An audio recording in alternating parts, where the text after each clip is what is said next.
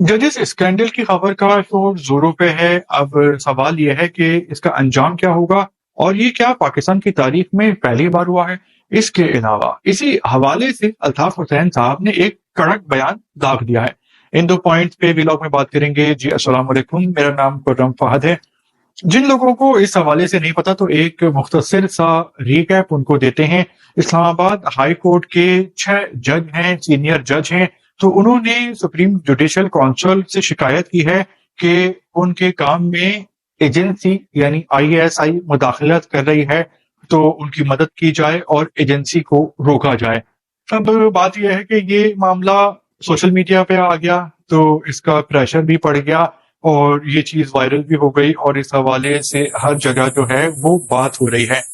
अब सवाल ये पैदा होता है कि क्या पाकिस्तान की हिस्ट्री में ऐसा पहली बार हुआ है?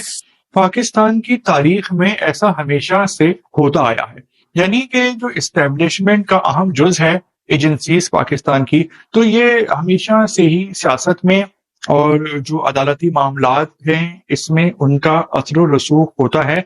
और ये कोई ढकी छुपी बात नहीं है, बल्कि ये बात सब ही जानते हैं। और बात यह है कि ऐसा पहली बार नहीं हुआ, बस जजेस ने इस बार आवाज उठा दी है और ये भी पहली बार नहीं हुआ। ये 4-5 साल पहले की बात है जब लाहौर हाई कोर्ट के जज थे जस्टिस शौकत अजीज सिद्दीकी साहब। तो इन्होंने सबसे पहले शिकायत की थी, आवाज उठाई थी जनरल फैज हमीद के मामले में कि जनरल फैज साहब अदालती मामलात में दखल अंदाजी कर रहे हैं और मनमाना फैसला मुसल्लत करने के लिए शौकत साहब पे दबाव डाला जा रहा है। जिसके बाद वो मामला साकिब निसार साहब के पास गया था और उन्होंने शौकत अजीज साहब को मुअत्तल कर दिया था और उनसे तमाम इख्तियारात, मराआत, तनख्वाह और तमाम सहूलतें छीन ली गई थी। ये मामला चलता रहा 4-5 साल तक। साकिब निसार रिटायर्ड हो गए और जब फैसला आया तो शौकत अजीज साहब बेकसूर पाए गए और ये बात सामने आ गई कि जनरल फैज साहब मुदाखलत कर रहे थे। तो सबसे पहले जो खड़े हुए थे डट के वो जस्टिस शौकत अजीज सिद्दीकी साहब थे और उस वक्त वो अकेले थे, उनका किसी ने साथ नहीं दिया था। तो ये बहुत बड़ी बहादुरी की बात है। अब तो ये 6 जजेस एक साथ खड़े हुए हैं और इन्होंने खुल के बात नहीं की बल्कि दबे अंदाज में बात की है। और इन्होंने जो शिकायत की है वो की है सुप्रीम जुडिशल काउंसिल को। तो ये जो बात है ये सुप्रीम जुडिशल काउंसिल के इख्तियार में आती ही नहीं है। तो उन्होंने गलत जगह पे रुजू किया है, लेकिन ये जो कि सोशल मीडिया का जमाना है तो इस वजह से एक प्रेशर पड़ गया है। अब बात यह है कि इसका अंजाम क्या होगा, फैसला क्या आएगा। तो वजीर आजम शहबाज शरीफ और जस्टिस काजी फैज ईसा साहब की एक मुलाकात हुई है, तो इस हवाले से कमीशन बनाने का फैसला किया गया है। अब कमीशन का फैसला क्या आएगा? क्या जो 6 जज साहिबान हैं क्या वो सही साबित हो जाएंगे हक पे? तो बात यह है कि कमीशन बनेगा, ये तहकीकात करेगा और ये तहकीकात लंबी हो जाएंगी और इस दौरान मामला ठंडा हो जाएगा, यानी इस पे वो जो मट्टी पाना जैसे कहते हैं, यानी मट्टी डाल दी जाएगी। इस दौरान कुछ जजेस जो हैं वो रिटायर्ड हो जाएंगे, कुछ खामोश हो जाएंगे और इनसे जब सबूत मांगे जाएंगे तो चूंकि एजेंसी के खिलाफ जो है एजेंसी की मुदाखलत के, तो जजेस के पास सबूत नहीं मिलेंगे। सबूत नहीं मिलेंगे तो इस बात का भी कभी इम्कान है कि ये जज साहिबान ही फारिग हो जाएं झूठे इल्जामात लगाने पे।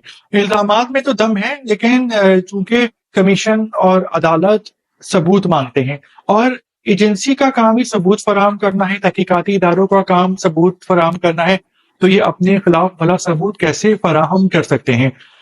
तो ये होगा इसका अंजाम जो कि सियासी कैलकुलेशन है। अब वक्त ये साबित करेगा कि क्या ऐसा होता है, नहीं, आप ये याद रखिएगा। अब इसी से जुड़ी एक और खबर है कि अल्ताफ हुसैन साहब लंदन में हैं और उन्होंने एक कड़क किस्म का बयान दिया है और कहा है कि जिस तरह जजेस इंसाफ मांग रहे हैं इसी तरह अल्ताफ हुसैन साहब को भी इंसाफ फराहम किया जाए। साथ ही वो कहते हैं कि जिस मुल्क में जजों को इंसाफ नहीं मिल रहा तो वहां पे दूसरे पाकिस्तानियों को कहां से इंसाफ मिलेगा। अल्ताफ हुसैन साहब अभी लंदन में हैं, उनके पास पाकिस्तानी शहरियत नहीं है क्योंकि जो उनका आईडी कार्ड है वो एक्सपायर हो चुका है और उन्होंने कोशिश की थी कि उसको रिन्यू किया जाए, लेकिन उसको रिन्यू नहीं किया जा रहा। और अल्ताफ हुसैन साहब पर भी पाबंदी लगाई गई थी।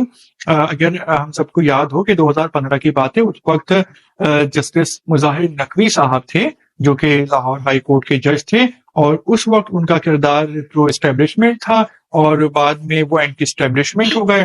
تو ہم سب نے دیکھا کہ ان کے خلاف کرپشن کے کیسز سامنے آ گئے، بدنیتی کے، بددیانتی کے، جو کہ صحیح تھے، اور اس کے بعد آپ نے دیکھا کہ انہوں نے ریزائن کر دیا اور ان کے خلاف ابھی تحقیقات چل رہی ہیں۔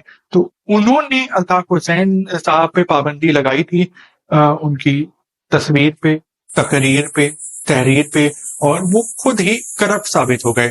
تو الطاف حسین صاحب کا مطالبہ ہے کہ پاکستان میں ایک انصاف ہونا چاہیے اور سب کو انصاف ملنا چاہیے، لیکن ہمارے یہاں جو جج صاحبان ہیں وہ سب نہیں، تو ان کی اکثر بڑی تعداد جو ہے وہ بکی ہوئی ہوتی ہے اور وہ کام میں سست ہوتے ہیں، وہ کام کو پرو ایکٹیولی نہیں کر رہے ہوتے، یا وہ ٹلٹ ہوتا ہے ان کا مختلف سیاسی جماعتوں میں، یا وہ اسٹیبلشمنٹ کے بعض اوقات احکامات پہ عمل درآمد کر رہے ہوتے ہیں۔ جیسے ہم نے دیکھا کہ بھٹو صاحب کو جو پھانسی دی گئی تو وہ اب عدالتی قتل اس کا ثابت ہو گیا ہے، اور وہ پاکستان کے لوگ پہلے ہی جانتے تھے، لیکن ابھی جو ایک اس حوالے سے جب وہ معاملہ سامنے آیا تو قاضی فائز عیسیٰ صاحب کا جو دور ہے، تو اس میں یہ بات مانی گئی کہ اس میں بھٹو صاحب کا جو ریفرنس تھا، جو زرداری صاحب نے دائر کیا تھا، کہ ان کو بھرپور موقع ہی نہیں دیا گیا کیس لڑنے کا اور ثبوت پیش کرنے کا، اور غلط فیصلہ دیا گیا۔ تو جب عدالت نے یہ بات مان لی 44 سال بعد، تو اس کا مطلب صاف ہے کہ یہ بیسیکلی فیصلہ نہیں آیا تھا، ایک ریفرنس تھا، تو انہوں نے کہہ دیا کہ یہ بالکل غلط فیصلہ تھا اور ان کو ان کا جو بنیادی حق ہے وہ نہیں دیا گیا تھا۔